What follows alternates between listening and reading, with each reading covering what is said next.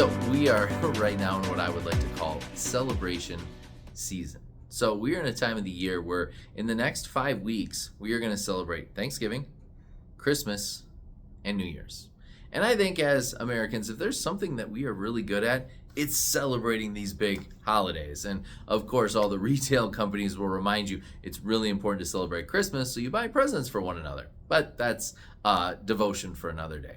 But what I wanted to talk about today was this idea of celebrations. Because while I do think we're really good at celebrating the big things, the big holidays, I don't think we're always as good at celebrating or recognizing some of the small things, the transitions that we go through in our lives.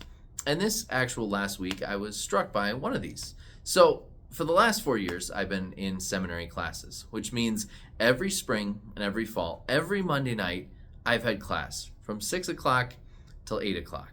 Well, this last Monday was finally my last Monday class.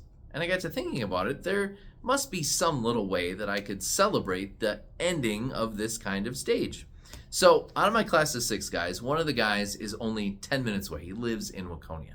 So I said, hey, why don't you come over? We'll do class together, obviously on our separate computers, but we'll just hang out for a little bit after class. We'll share a beverage, we'll just chat, and we'll catch up on life.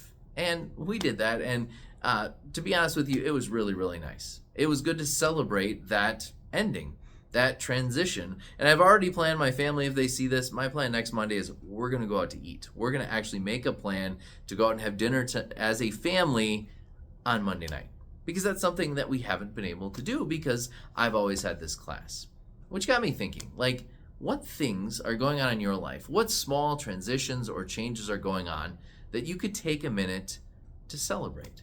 Because the truth is, there's all types of things in our lives that we can celebrate, but I think a lot of times we just let them pass by. Like, for example, maybe you were the one who got all your leaves done the other day before it rained. Take just a minute. Like, you don't need to have a party, but celebrate the fact that your yard is clean and you're ready for spring. Or maybe you finally got all those Christmas decorations up and you can just sit for a minute and enjoy it and celebrate it. Or maybe there's a transition you're going through in life. Maybe you've been working for something and you finally get it finished.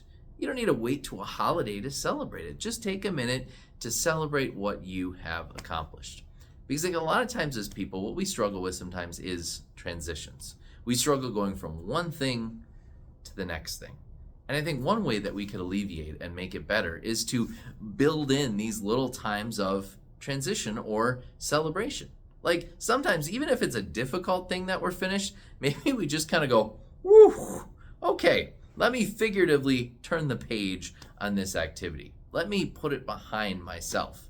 Because I think really that's the way we're built. As we look at our world is full of transitions. We have seasons that we go through. We have different times. We have different things throughout the year that we're used to doing on a regular basis.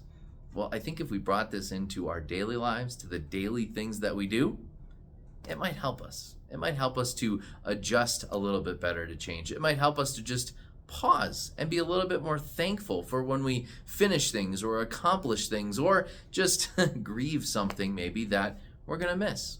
Because our world is constantly changing. That is a fact. That is always the way it is going to be. But every once in a while, I think we need that reminder to breathe. To take that second to celebrate something ending and honestly something new potentially beginning. Because we know that God is in each and every one of those little moments. God is there celebrating alongside of us, encouraging us and continuing to guide us forward. So my prayer for this celebration season, where I'm sure you're going to find plenty of reasons to celebrate big things, don't forget to celebrate some of the small things. Some of the little things that God might be showing you or reminding you of in this season or the next. God's blessings on your week and your celebration season.